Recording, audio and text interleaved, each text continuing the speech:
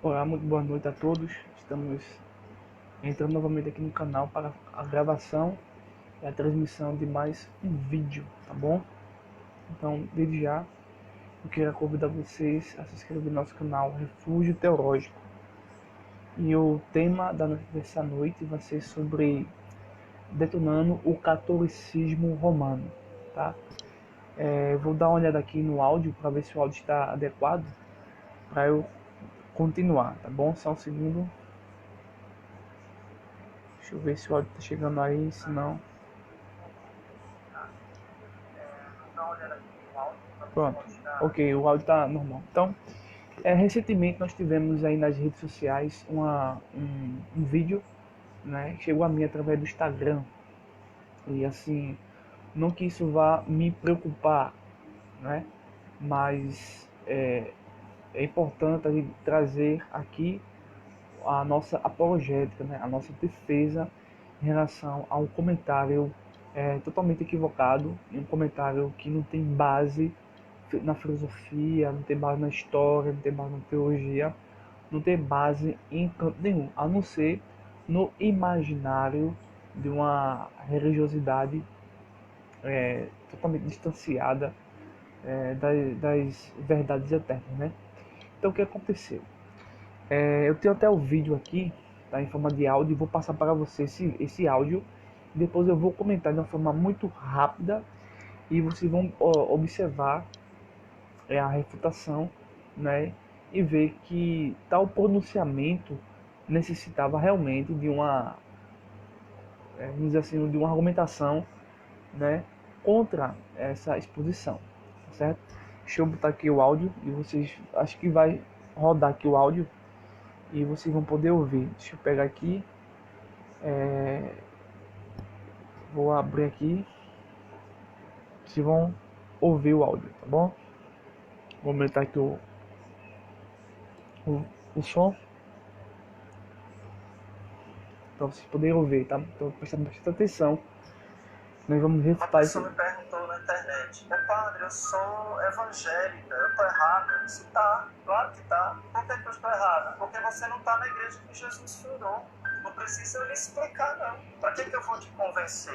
Jesus fundou uma igreja e essa igreja não é a sua. Quem foi que fundou a sua igreja? Foi um pastor. Então como é que eu vou dizer que uma igreja fundada pelos homens é a certa? É errada. E você corre o risco de ir pro inferno.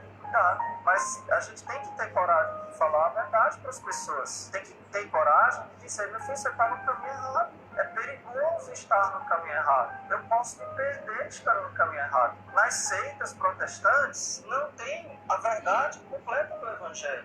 Se a gente, com toda a verdade, a gente ainda peca, imagine se não tiver. Não tem os sacramentos. O que é que lá não tem? Lá não tem Eucaristia. Se não tem Eucaristia, não tem Jesus, porque Jesus é Eucaristia. Jesus está aqui no sagrado. Lá não tem a confissão. Lá não tem nada. Então, esse foi o pequeno vídeo que ficou aí rodando, né? A internet, muitos fizeram até alguns textos contradizendo, tá? Bem, eu quero trazer primeiramente dois pontos positivos. O primeiro ponto positivo é que nós encontramos nesse áudio, na verdade, três pontos positivos, tá? Que nós devemos até mesmo concordar. O primeiro ponto positivo que nos abre, né, e nos permite fechar nossa guarda e ter mais atenção. Qual é esse ponto positivo, tá? Dentro desse áudio que vocês ouviram de um padre. Primeiro, a comunidade evangélica, no geral, como um todo, está despreparada, não tem capacitação adequada para entender profundamente as verdades das escrituras, tá? E assim da teologia. Isso é uma verdade. Por isso que esse padre recebeu a ligação de uma moça se dizendo cristã e perguntou se ela estava errada em frequentar uma igreja evangélica. Isto é um fato triste, tá? Que não deveria acontecer, mas está acontecendo hoje em dia. Muitas das igrejas estão preocupadas com seus dízimos, com suas ofertas, com o cargo secular que você tem no mundo, né? Por exemplo, se você for um juiz, se você for um advogado, se você for um policial, se você for tal pessoa que tem condição financeira, essa igreja vai lhe ajudar em algum sentido, né? Dando algum tipo de poder dentro das igrejas e assim por diante. Então, enquanto muitos evangélicos e mulheres e homens querem realmente estudar, não encontram uma escola bíblica adequada, né? Não entendem, não explicam adequadamente as escrituras e assim fica muito fácil as seitas conseguirem dominar a mente dessas pessoas e assim criar dúvidas, né? Então, isso é um fato. O segundo fato é que tal padre está usando a liberdade religiosa de pensamento e de crença. Isso nós podemos também usar. Vamos usar aqui não no sentido pejorativo, não no sentido negativo, não no sentido de ser um argumento ad hominem, mas vamos dar aqui a contra-resposta, né? Então, se essa pessoa está dentro do catolicismo, também vai para o inferno, de uma forma literal, eterna, biblicamente, assim dizendo, tá certo? E o terceiro e último ponto que nós podemos encontrar é que eu fiz uma pequena pesquisa a respeito do padre, no qual não vou dizer o nome, tá certo? Mas nessa pesquisa eu encontrei que o padre ele é antimarxista. Isso é um ponto positivo. Aí você pergunta, oxe, ponto positivo? Sim. Enquanto muitas igrejas evangélicas estão descendo pela teologia da libertação, pelo comunismo, tá? O socialismo, né? A esquerda, tais padres, tá? Esse é um verdadeiro padre, ele é antimarxista, tá certo? Enquanto muitos que se dizem cristãos são comunistas. Então, a gente precisa também acordar por esse fato. Mas, depois disso aí, vocês vão poder concluir que a teologia que o padre fez, tá? E os verdadeiros padres fazem dessa forma, outros não fazem porque são falsos padres, tá certo? Ele vai, basicamente, eu já tenho no canal vários vídeos combatendo o catolicismo. Um deles, tenho aqui 4 vídeos que eu me recordei.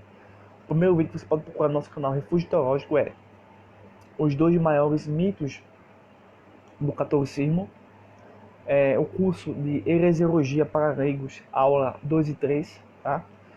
E tem outro vídeo, Maria é Mãe de Deus, o que a Bíblia realmente ensina, refutando a doutrina do catolicismo.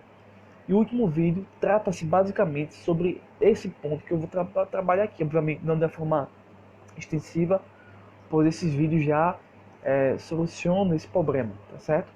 Então esse último vídeo Pedro é o primeiro Papa Universal, então já detona, já refuta de uma forma que você pode pesquisar e está ao seu alcance, né? Mas antes da gente entrar propriamente dito nesse tema, né?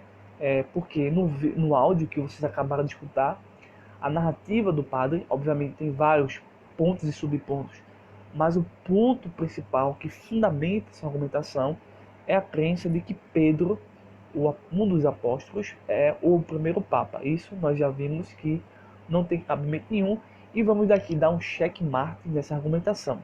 Mas antes queria retornar aqui para vocês algumas coisas que vai me ajudar a compreender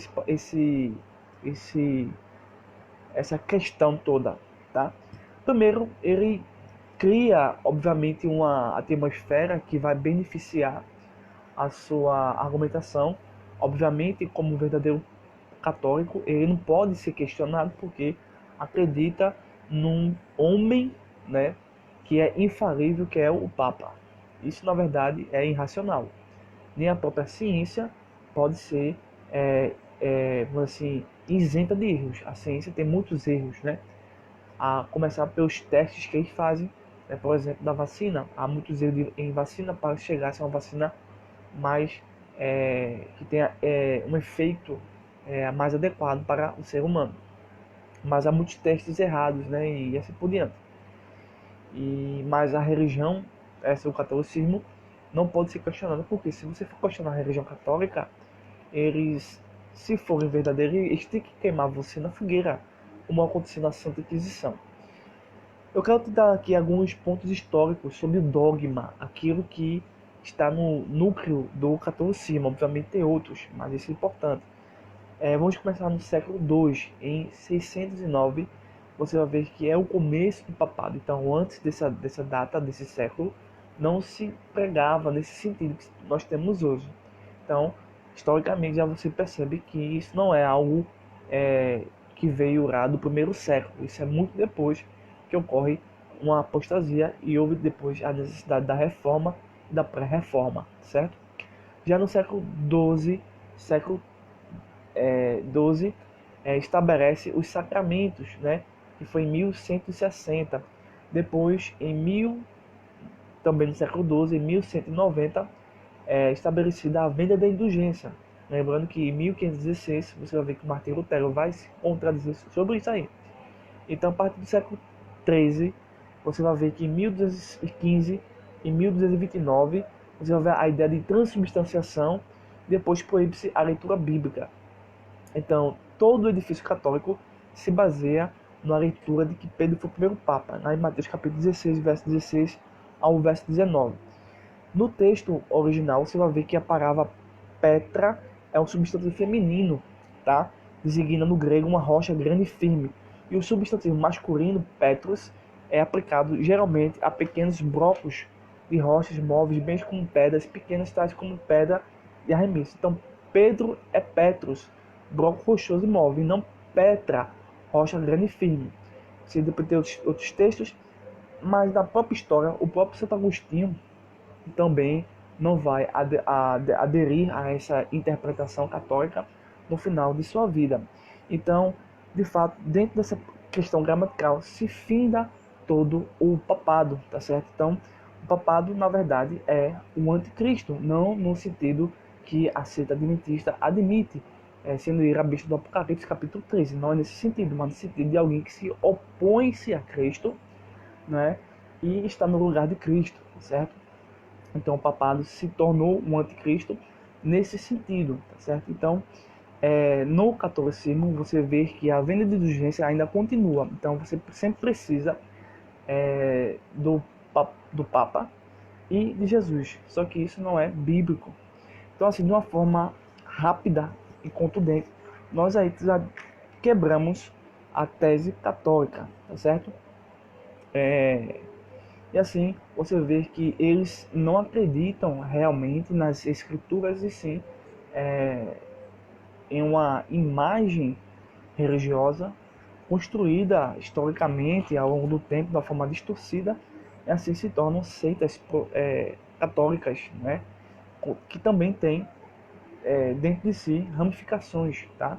Então, temos esse vídeo aqui, agradecer a vocês, não esqueça nosso canal, deixe seu like, forte abraço e até o próximo vídeo. Nós estamos aqui estamos passando por uma situação de trabalho muito grande e está sendo bastante difícil a gente fazer gravações de vídeos para vocês, mas a gente está tentando retornar essa prática que faz mais de um mês que eu não gravo vídeos, mas esse é um vídeo que eu trouxe, achei necessário fazer você pensar um pouco sobre esses detalhes. Então, assista os outros vídeos sobre o catolicismo e entre em contato conosco, tá? Fique à vontade.